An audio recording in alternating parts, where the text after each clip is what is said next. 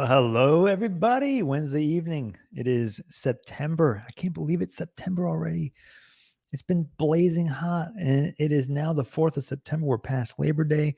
We are steamrolling ahead into the fall, and I am kind of interested, kind of excited about that. So, not going to lie, I'm looking forward to the cooler temperatures. I'm looking forward to having nice breezy afternoons and evenings outside. This is my time of year that I love for the weather. So this is great for Virginia Beach, the area. If you're not from here, if you don't live or haven't been to Virginia Beach before, this is some of the best time of the year for weather. Between now and the end of October, it is to me the best. Close runner up, actually a comparable 1A, 1B is early April into the early part of June, maybe late May. Both of those are primo spots for best weather, best chance of, not really super humid yet. It's not super hot yet or anymore. It's not too cold yet. It's not cold anymore. It's just in that special spot, and for about 2 or 3 months of the year, maybe even 4 months, where it's like, this is what I'm talking about. And so as you go through the summertime, you get the extremes. You go into the wintertime, you get the extremes. They're not the extremes compared to other places like in the deep south or, the north with the snow. But it's still, you get the extremes compared to the early fall, mid fall, late summer, and also the early to mid spring. So I'm excited about that. Now, today we're going to be talking a lot about some question and answers. I want to answer some questions that you may have for me. If you have any questions, please drop them in the comments. I'm super excited to go through anything with you. Oh, David. Yeah. Hey, welcome to Virginia. It's fun, expensive. Traffic sucks. Yeah, you're right. But still a great place to live and raise a family. I'm a native. Yep, me too. Where are you from in the area, David? But yeah, if you have any questions, this is a good time to do it. You can ask me anything. I'll do my best to answer. You can ask me about real estate specific or about the area in general. I can answer any of those questions or anything else that you might want to know about me or whatever, So this is great. It's a great time for that. I've got some other questions that I think are worth answering that I know people have asked me, things that I think that would be worth knowing going into the fall.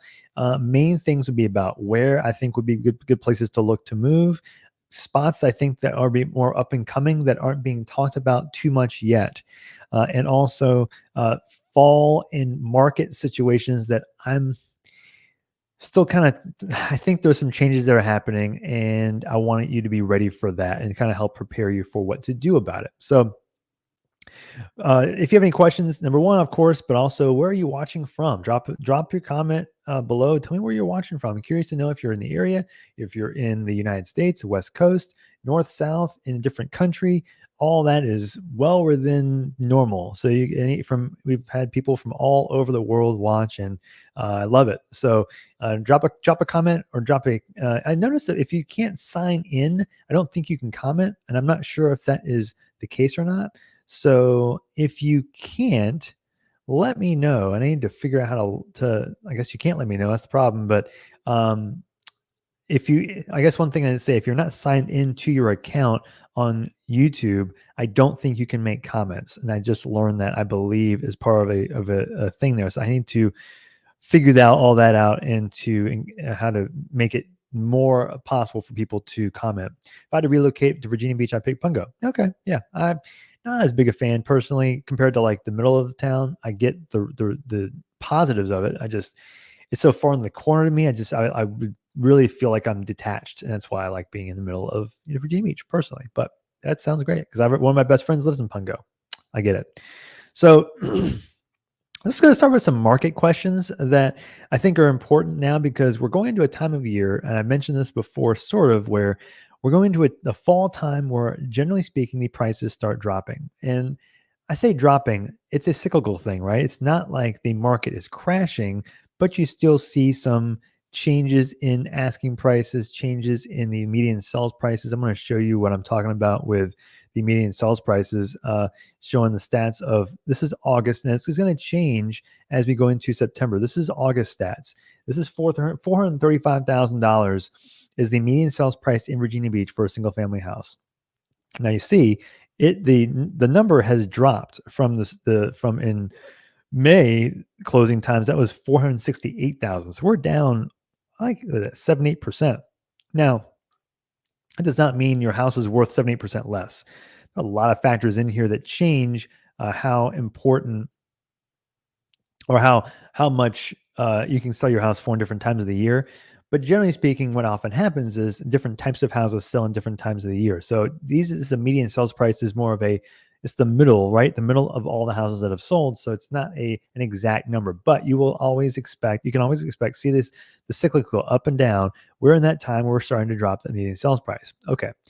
Well, what you also see is, and I did some looked into this and did some research. And one thing I wanted to note is that I've had people ask me about, is it important to come in at asking price or over asking price to get a specific house? Is that still the climate? And the answer to that question can lead to another question, which I'll mention in a second. The first one is, do I have to offer asking price to get a house that I want right now? We've got a couple issues. Number one is the answer is not as much as before. When I say before, I mean even the last 2-3 months. What's happened, and I did some stats and I looked this up, and this is more of me. I literally went through every single house that sold in the last, what did I do? The last 6 months in Virginia Beach, 727 houses. No, I'm sorry. Was it 60 days? I apologize. 60 days. No, 6 months in a specific price range. I'm going back to my stats now. I did a general number between $400,000 and $600,000 of a median of a sales price of a house in Virginia Beach in the last 6 months. There were 747 houses like that between now and in the last 6 months. That would be February, and houses that have closed in that price range. Now, of those, 208 took 20 days or longer to sell. That's percentage-wise 27.8%. So almost 28% of houses that were in the $400,000 to $600,000 price range, and this could be any price range, but you'll see what I'm talking about here. Almost over a quarter of them took over 20 days to sell. That would not be the case back a year or two ago. That would have been probably 15%, 16, 17, 12%. I think it was back in 2021, it would have been 12, 14%, or 10. It was very low. That number is starting to go up. So why did I use the 20-day number? Well, what I find is that there's a threshold. There's a threshold of amount of days on the market to where you start seeing prices become more flexible, or sellers become more flexible. And you can usually get better deals. Obviously, the longer a house is on the market, there's a better chance you can get a cheaper house, right? A cheaper deal. But once you get over the first week, what often happens is there's still that interest of like, well, there aren't that many houses on the market. Is my house worth it? Is my house worth what I want to sell it for? And a lot of times the answer is yes. In that first week, there's a lot of excitement, anticipation. I'll list my house for whatever. I think I'm going to get it. And maybe they don't get it, right? And then the second week's like, okay, that's all right. Got some good showings. I think we're going to get it. Second week, they don't get it.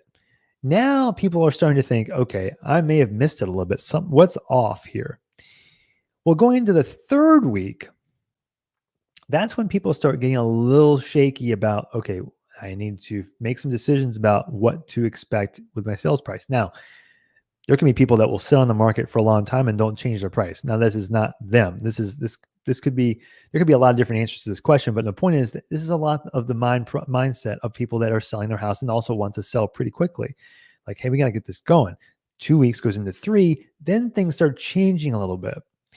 So I just picked 20 days. It's not a scientific number, but I wanted to pick a day that I thought, okay, how many of those situations are we getting into in Virginia Beach, which is one of the most popular and most in-demand cities in the area? What's happening now? So I think those numbers was, again, 208 of 747 houses sold 20 days or longer on the market, took longer than 20 days to sell, or 20 days or longer.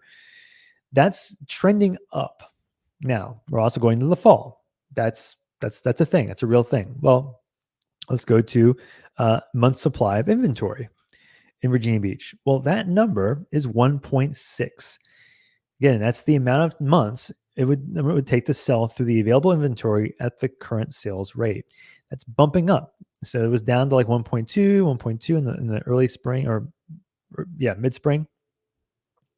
It's bumping up again, cyclical, right? Well, we're going to see what happens in September, but that number is going to bump up even more, and even more going into October, November, and December. So that's going to start rising. If you go back to fall of last year, or August last year, it was 1.5.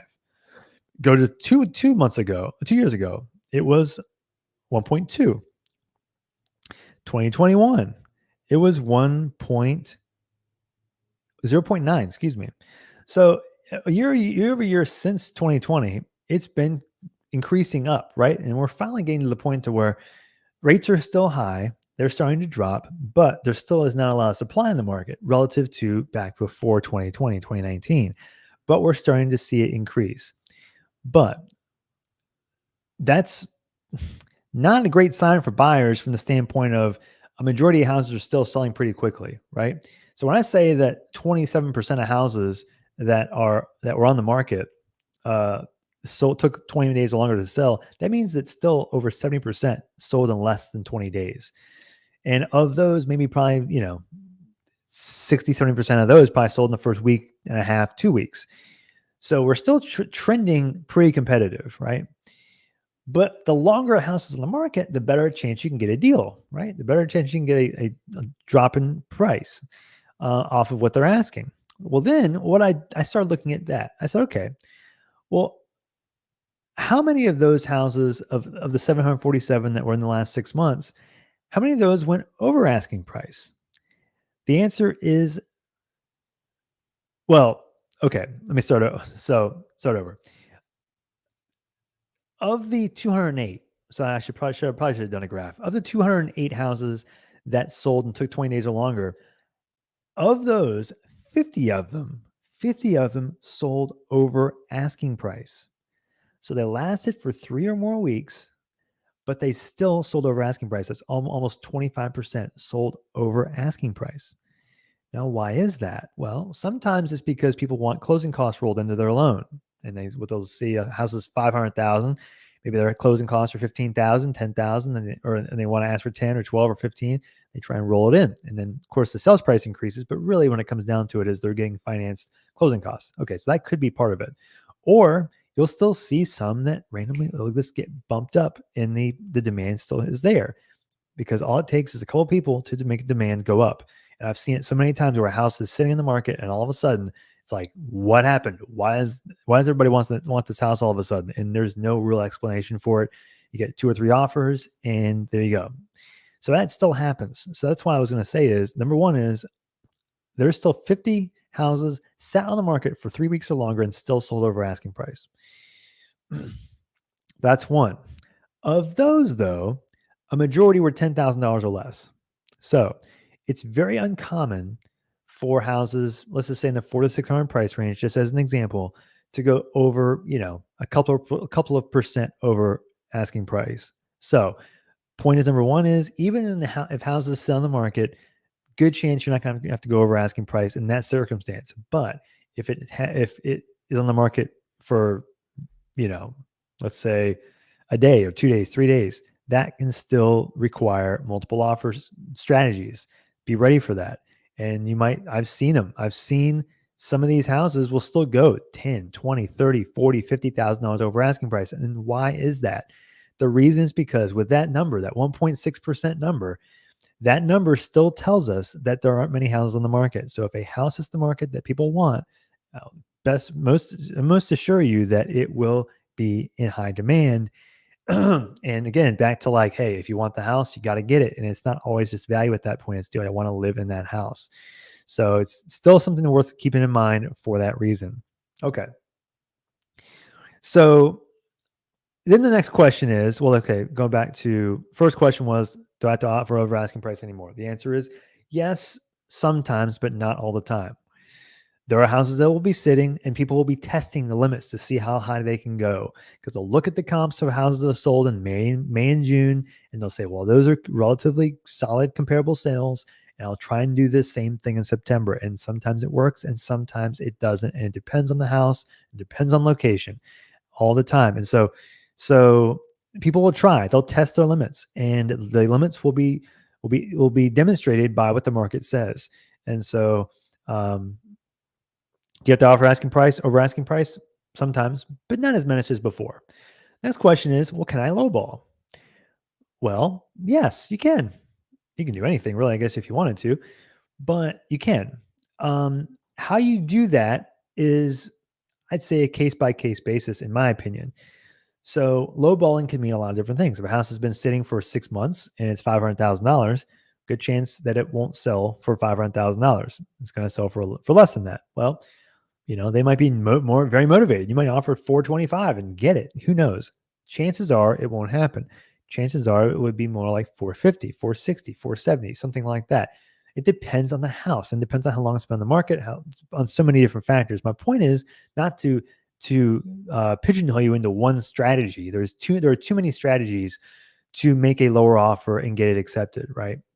But the one thing to keep in mind as a good takeaway for any situation is, if you don't mind losing the house, you can lowball and it not be a big deal. Because again, what everybody says, what's the thing? The worst they can say is no. That's true. The worst they can say is no, and you've spent time and that's it. The worst they can say is no if you want, let me start over. If you want a house, if you really are okay walking away, it's one thing. Worst they can say is no. But if you really wanted a house and you want to lowball, the worst they can say is not actually no. They could reject it as opposed to counteroffer, because people often assume that I'll get a counteroffer. I'm just starting a negotiation. So many times I've seen that backfire. Why does it backfire? Well, when you make an offer too low, and this is an emotional situation. This is not just selling a stock or selling just a piece of like a shirt. It's not. This is a house. This is a person's home. So when you lowball on an offer too low, and they feel like, hey, this guy isn't even realistic. He's trying to get one over on me. Forget this. I'm rejecting it. What happens when you reject an offer? Sometimes nothing, and they might not care. A lot of times I've found, though, is that if you get an offer rejected, there have been more times than not, you will end up paying more than you could have if you had offered more than you had originally offered, but not enough to where they would have accepted it. So my suggestion is always make an offer that they're not comfortable accepting. Makes them think about it. They're not sure, like, is this going to work? Sometimes you get that offer accepted. Sometimes you get a counter. But if you don't want to get a rejection, don't go too terribly low. And again, that's a very house-to-house situation. But again, be very careful about that. This is not just, so I play fantasy football and some people just will make these crazy offers to me and they'll say, just trying to start a negotiation. It's not like that. It's not so simple as just sending just an offer and see what they say. It can be, but not always. So just be careful about that. So, but as we go into the fall and late into the fall, you will see some houses drop in price. Now, meanwhile, simultaneously, the interest rates are starting to drop. Now, I'm going to show you what the most recent interest rates are looking like. This is the 30-year fixed average in the United States. See like this number right down near the bottom there? See, the peak was closer to 8. It was what, 7.63 up there? Okay. That was last year. Well, we're down to the 6. There is 6.35 as of the 29th. So let me zoom in a little bit further. Yeah, there we go. Bounced up again. Oh, no, that's 20. Sorry. There we go. What? Well, that was dumb. Let's try this one more time. There we go. So let me not zoom in this time. There's 20th of August, 6.35. I could see the Fed potentially dropping interest rate, dropping their Fed rates, which could potentially then drop the mortgage rates some more. A lot of times these rates are baked into expectations. So just because you see a drop, it may not change the market as much as you might think, but it can. But there's just a lot of dynamics there. But point is, you see that little drop down there that's curving downward. Remember back in 2022, 23, where it just went boom, threes, boom, up to 6s in like 4 or 5 months. That was crazy. But we're dropping down again. What's gonna happen there? That's gonna mean that somebody is going to, oh, comments. Sorry, ex trucker. Oh, okay. So you don't mind the long drive. Uh, I digress. I apologize. Currently in Virginia Beach. Hey, Marcus, looking to buy a duplex or quadplex in 2 years. Any recommendations where I can go? Not much on Zillow. I will answer your question about that. Let me quickly finish what I'm saying before I shouldn't have sidetracked myself. I apologize, but I'll answer that question. Great question. That's something I think about a lot, actually. So as rates drop, we're going to see more people that were on the sidelines not wanting to sell start to sell because they may have had those 3% interest rates, 2.5, 3.25 that bought in 2020, 2021, even in the fours, and they refinanced, right? These people, the delta, the gap between what they can get now in interest rate and what they had is so distinct or different, I guess, wide, that it wasn't worth it for them to move because it was too expensive. Now it's getting closer and closer. Now they're like, okay, I can probably stomach this. And so as we get closer, those houses are going to start going in the market as they decide to move. Now, that leads to a seller, a new house in the market, which means supply goes up, but also a new buyer. And so if they stay in the area, there's a little bit of displacement there. But point is that there's going to be some more activity in the market if that happens. Now, do I think that the amount of houses on the market are going to meet supply to the point to where it will bring inventory up to like 3-4 months worth of inventory back to where it was 4 or 5 years ago? I don't think so, but I think we're going to get close to there. I think we could get, pretty close to there. As we get closer to 3-4 months, we're going to start seeing more of a stabilization. And I'd say your expectation of more like a, healthy 3-4% a year increase in prices is more, I'd say more expected. I don't think we're there just yet. And until then, I think we're going to still see some bump ups in price. Not like 3 years ago, but you'll see some bump ups. So why do I say this? Well, to me, between now and December, January is a very good time to get a house. Why? The reason is because we are in an interesting window of time where if the prices are starting to sag some in some circumstances because there aren't as many houses, there aren't as many people that want houses in October, November, December, right? But the rates are starting to drop. So the cost of that house, not only is the price itself potentially settling a little bit, but also the cost of monthly payment is going to settle some too. Now, it might even drop further. Now, you might say, well, I'll just wait a little bit until the rates drop even further. Now, what I would be very careful on is if you do that too much, think about what other people do, and this will help a lot. If you think, hey, if they've dropped, let's just say they dropped to 5% tomorrow instead of 7%, what would happen? There would be people running to get qualified right away. What does that mean? A quick influx of buyers and more demand for each individual house. There aren't enough houses to meet demand again. We're still in the same circumstance. So what I would suggest doing is don't wait that long, because next year in the springtime, we're going to see more houses on the market, more people buying. As rates drop, it's going to increase even more because that's the time people want to move. Springtime is the school time because they can plan around school. So if you can avoid that, do it before then, because you will beat, of course, the rates if they drop even further going into the springtime. Let's say that happens. Well, then you got a perfect storm of dropped rates, more houses in the market that are in demand, but also more people want to buy.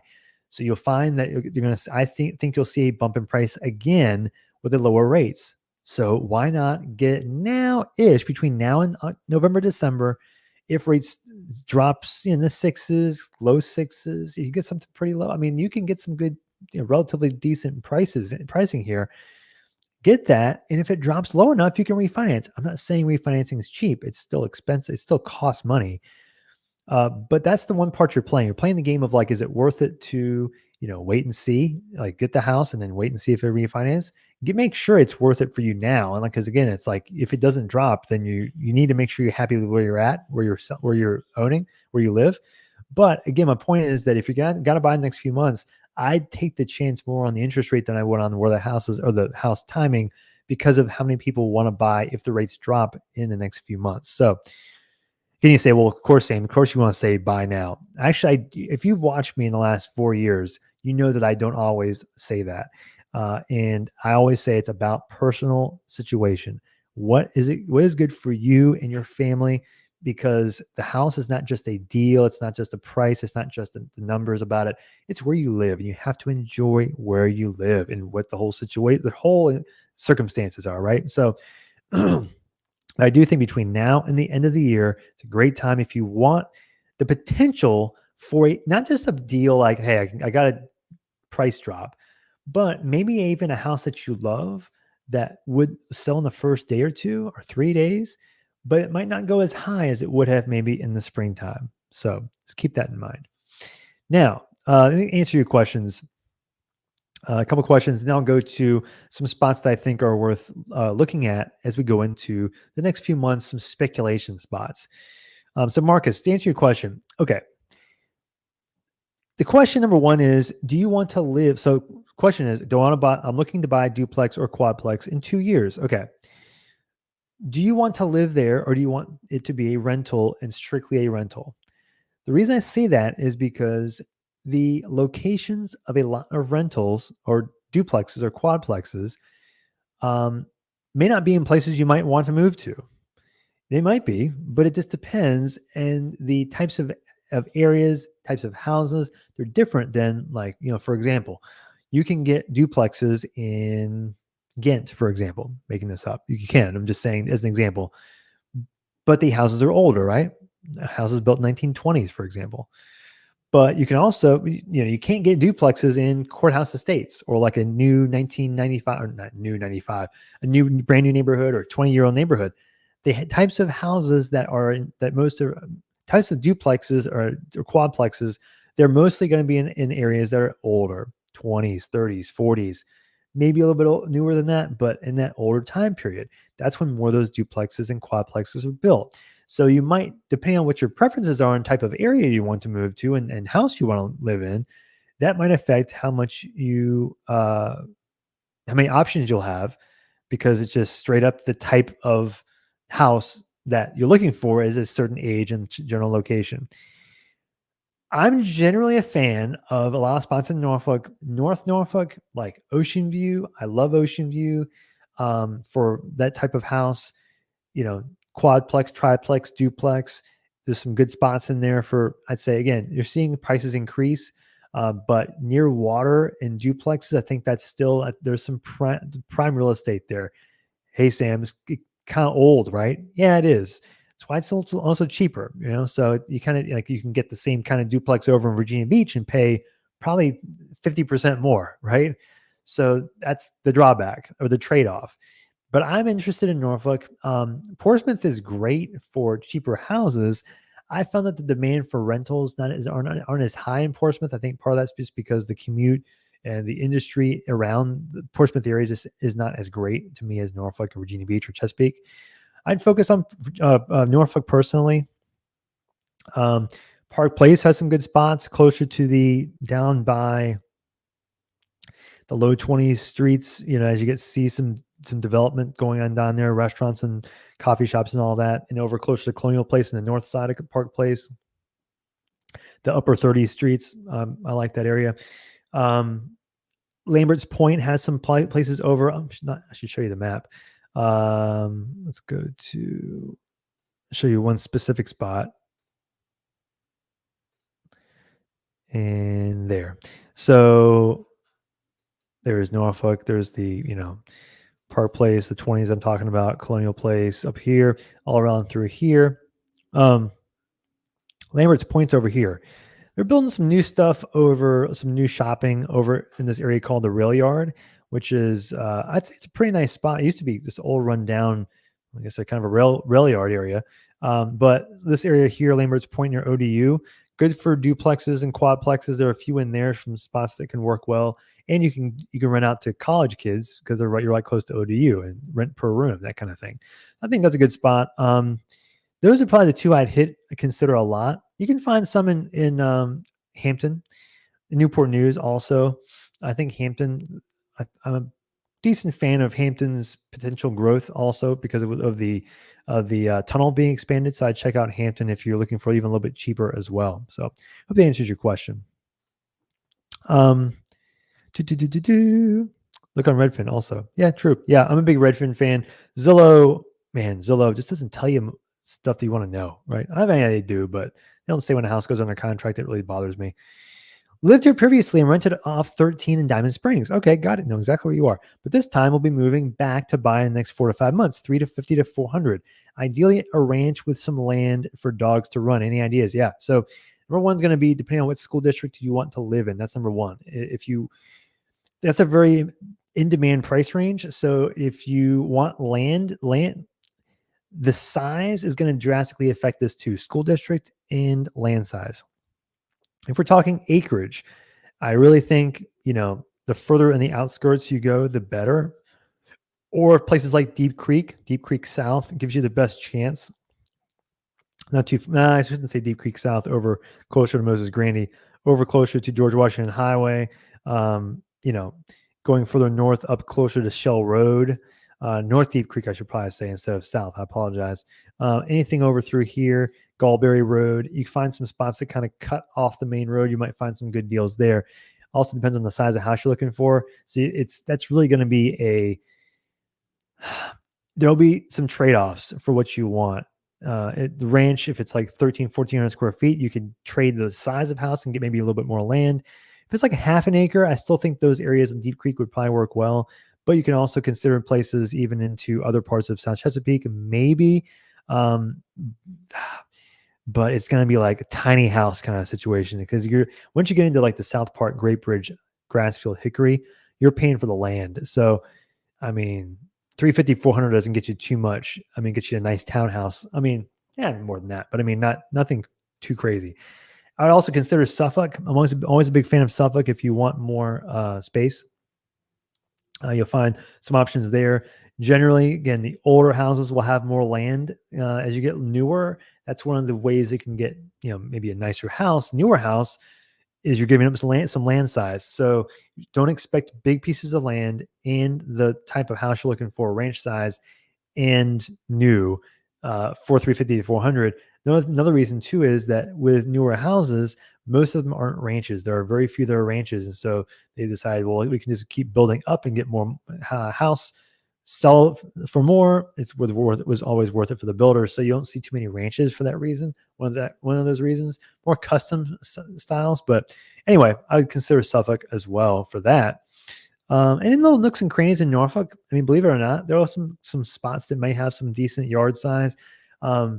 In the upper threes, I have a client that got a real nice house up closer to Community Acres, up closer to Little Creek in this general area, for even close near Ocean View in the general area for like, 380, 390. You can be in there in the low fours, upper threes, and have not a big house, but like a ranch style, maybe Cape Cod, that has some land to it. You can have some space to run. Now it's not going to be an acre, it'd be a half an acre, a third of an acre, maybe, or maybe more than that. But just contextual, or keeping in context, I guess how much of all of that you might want. But I'd say, check those areas out if that helps. If you have any more questions, feel free to reach out, email, call, text, and all that stuff. Hey, BF, in September, October, November, what do you think the sale inventory will look like? Okay. If you mean the amount of houses, I think you'll find less houses in the market than as we get into this September timeframe. I think, they'll trend down a bit into November. So I think of those three, there will be. Oh, I'm sorry, you said sale inventory. So the houses that have sold, I guess. You'll see the inventory on days on inventory, like the numbers, like the 1.6. You'll see that increase. I think we'll get closer to probably in the 2.1, 2.2 range.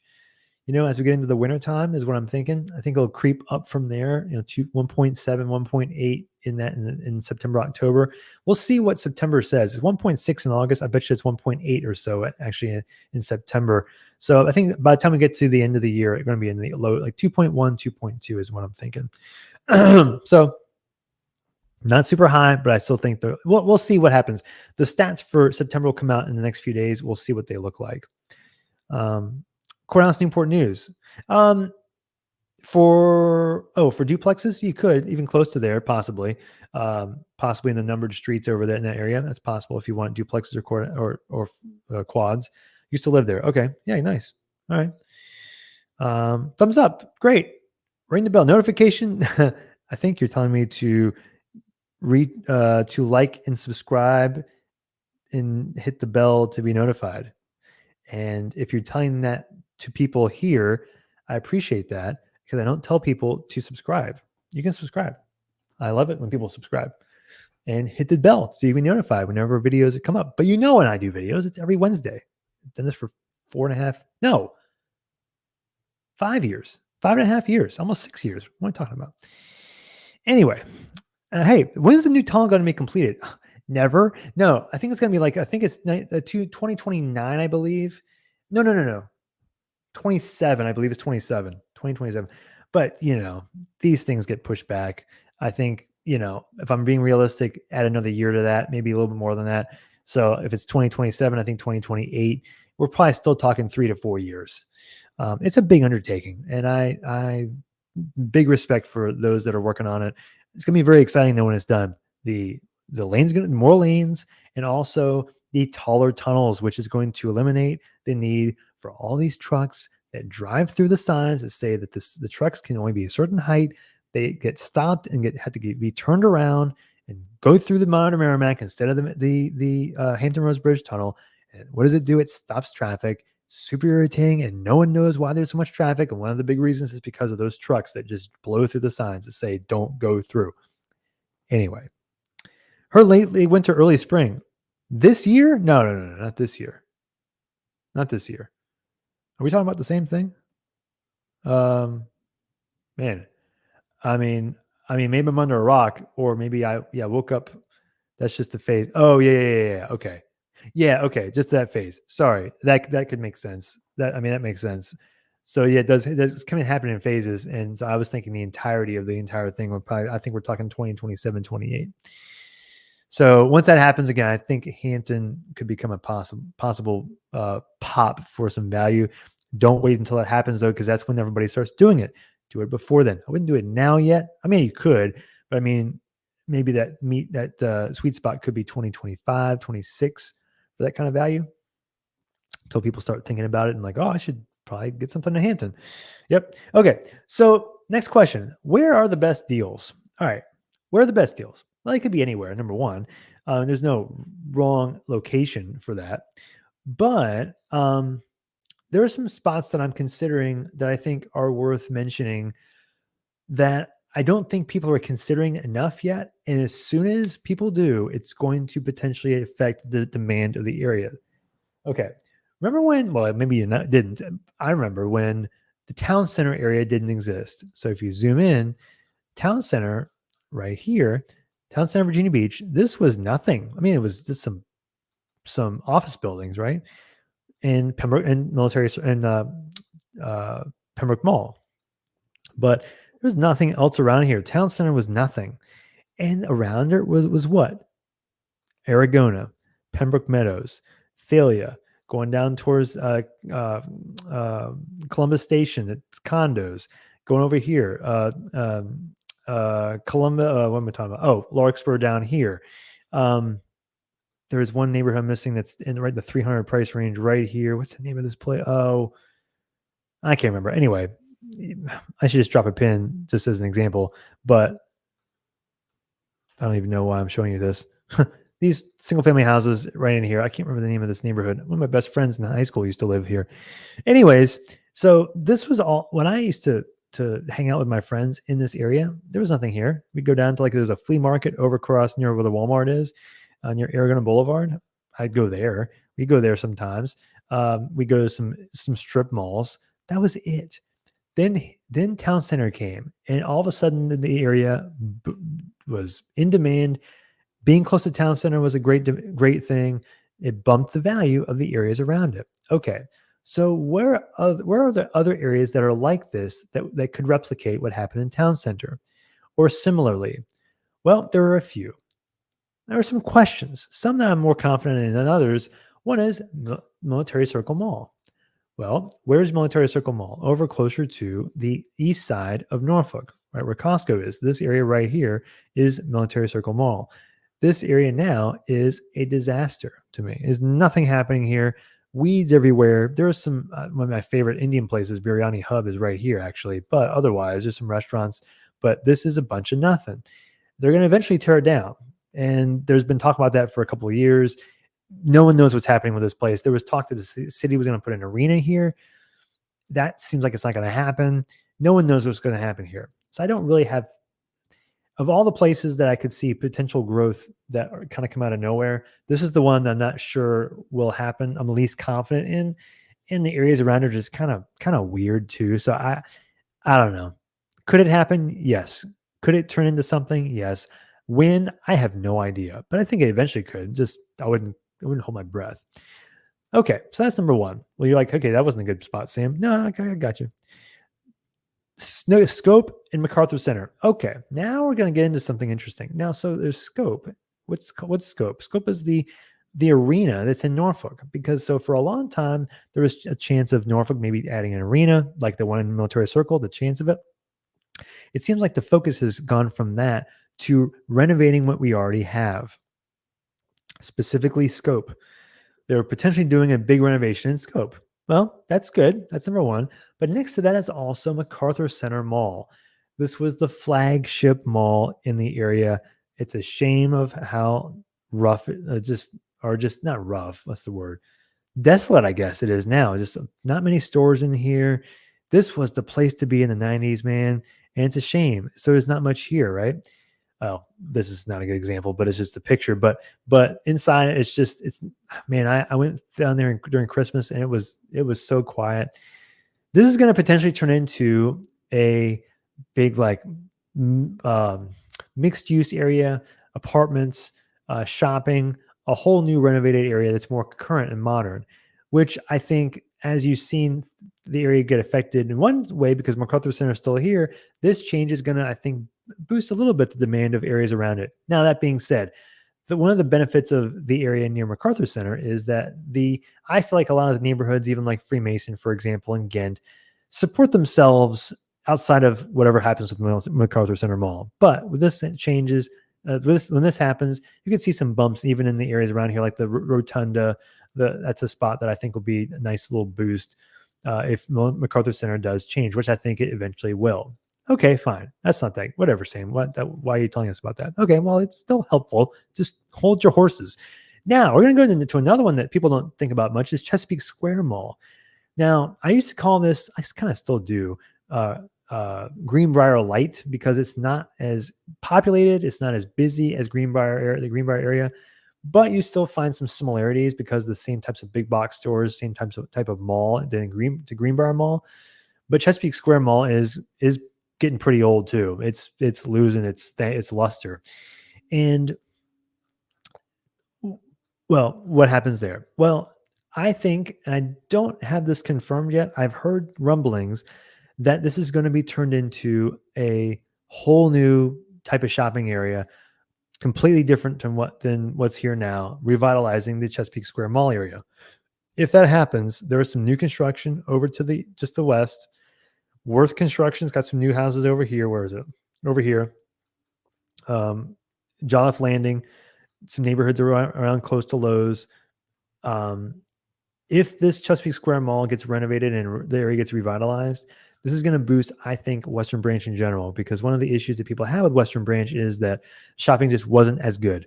It just was, it was not tangible how not as cool it was compared to Greenbrier, but it still served the purpose. And that's, one of the benefits of Chesapeake Square is you can still live and do all your stuff on the side. It's just not as nice as like Greenbrier, newer, and all that stuff. So if this happens, which could happen in the next several years, this is where I would see some potential growth and some boost. Like that would remind me similar to what I could see like in Town Center, in my opinion.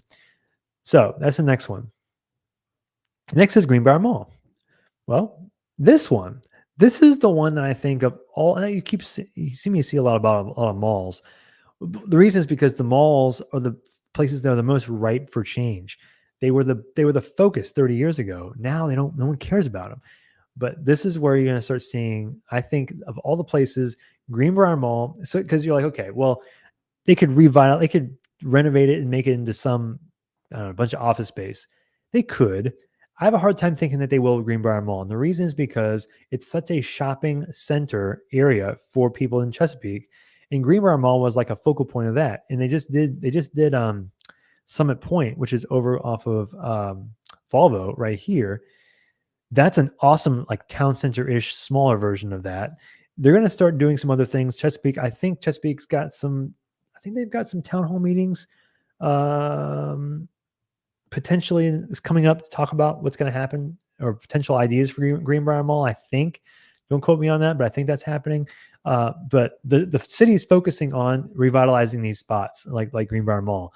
And when that happens, there are some neighborhoods nearby, some town center area or some townhouses. Mill Lake Quarters, one a good example. Just the Greenbrier neighborhood.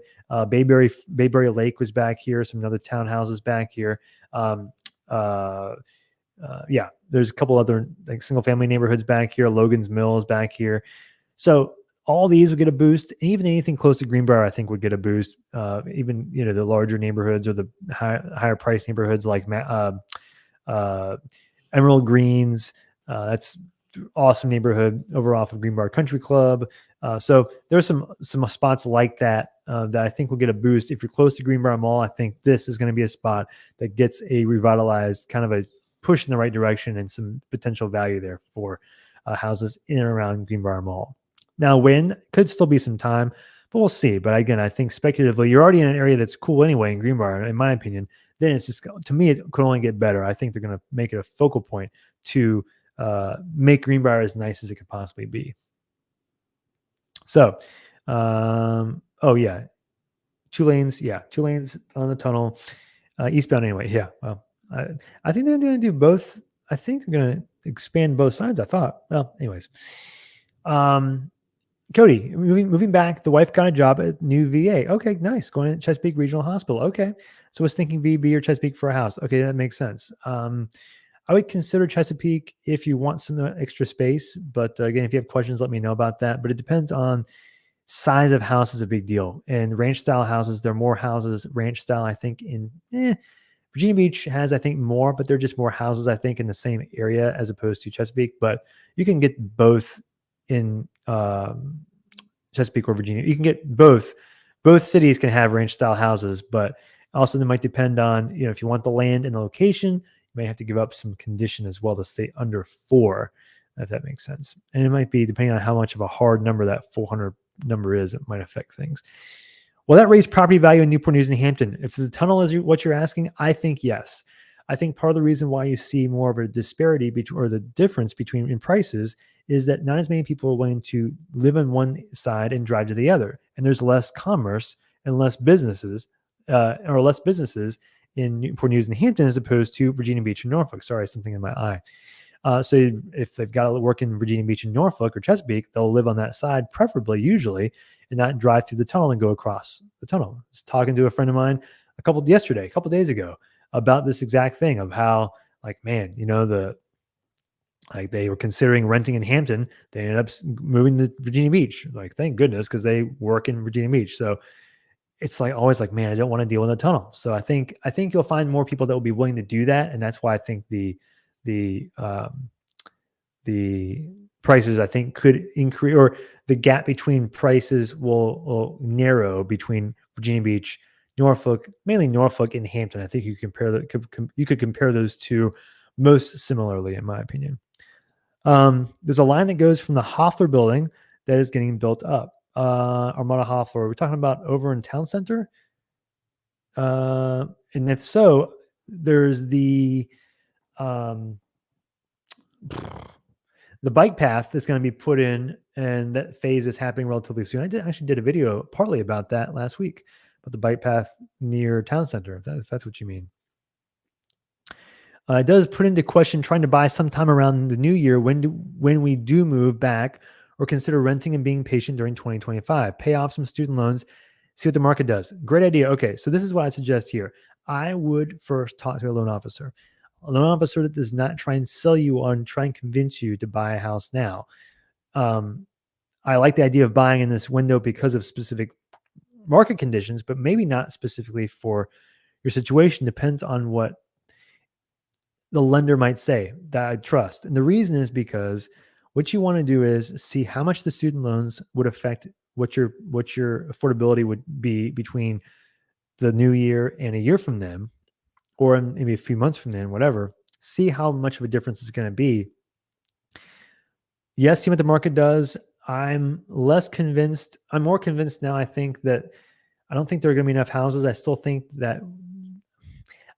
prices are going to increase. I'd be more interested in waiting for the student loan thing than it would be to see what the market does, because I'm not a big time to market guy, but it's easier to time your personal situation instead. Does that make sense? So if you have questions or need help with loan officer stuff, I can of course let you know that too. There's someone I do trust a lot that would be this kind of example of who I would suggest talking to. So but yeah, I would, and even still another option is do like a shorter term, not short like a month, but maybe a few months, a 6-month kind of lease. So then you can capitalize, not pay as much in rent, and just kind of see how things go. But if you can, if your finances work out right, I would try to do the new year as opposed to wait for a few months, because I think the prices might still go up. And if you go do like the new year situation, it would be a cheaper situation. But again, it depends on how much difference that student loan situation might change the landscape of your situation. You know what I mean? So absolutely get what you're saying. As long as Norfolk City doesn't destroy business, geez, okay, as they usually do, the mall project might make it. I'm always hopeful and optimistic for the future. There are synagogue tunnels here too. I have no idea about all that kind of stuff. I'm not, don't know about all that. Not a question I know how to answer. So, yeah, I think that's it for now. I think we got maybe 51 minutes here. My throat is dry. Yeah, if you have any more questions, you can put them in the comments too. But yeah, and also if you have questions moving forward, you want to move to the area, you want to relocate, this is my phone number, my cell number. You can call and text that.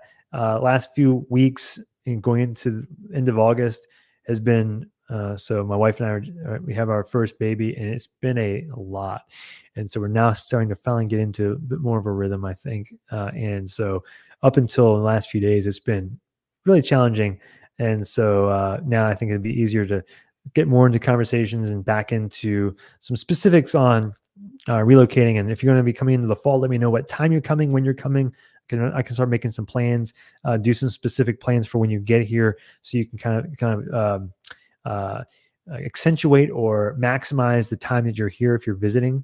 And there's my email address. It's pretty easy, but also hard spelling my name out over and over again. But yeah, samsalone.com. And my website, which is my name again. So yeah, so I think that's good for now. And yeah, again, feel free to reach out at any point if you have any questions. You want to relocate to the area, you have my contact info. I would love to help you and talk you through how to do it. And there are specific things to do and not to do. And we can go over all of it.